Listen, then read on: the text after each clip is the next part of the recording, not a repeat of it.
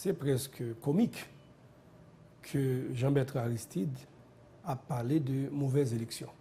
Moi, c'est si il y a un monde dans le pays qui montre comment on fait mauvaises élections, c'est Aristide. Les élections de 2000, tout le monde connaît qui ça a été. Élection 90, lui-même, que nous considérons comme meilleure élection dans le pays, c'est que c'est une grande farce. Personne n'a jamais vu les résultats définitifs de ces élections. On ne fait pas comme une bonne participation populaire. C'est une bonne participation, mais ce n'est pas une preuve de régularité. Ça n'a rien à voir. Et c'est si grande élection qui était irrégulière, c'est les élections de 1990. Je ne suis pas en train de dire que Jean-Bertrand Aristide a été mal élu. Je ne suis pas en train de dire qu'il n'aurait pas été élu de toute façon. Mais je dis que cette élection-là a été entachée d'irrégularité et qu'aujourd'hui, je mets en défi quiconque à me montrer les résultats officiels, c'est-à-dire les procès-verbaux de ces élections-là. Vous avez parlé plus de 65%.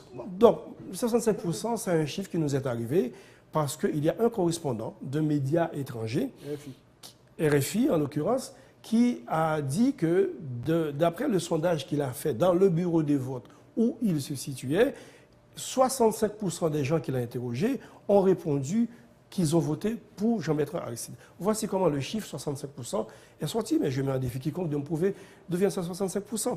Donc maintenant, quand on a été élu soi-même comme ça, quand on a vu comment M. Aristide n'a pas respecté les institutions, n'oubliez pas que c'est à coup de menaces qu'il a imposé René Préval à la Chambre des députés. C'est à coup de menaces. Les chimères étaient dehors en menaçant que si vous ne ratifiez pas Préval, voilà ce qui va vous arriver. Comme ça a été le cas 2 fois déjà dans notre histoire.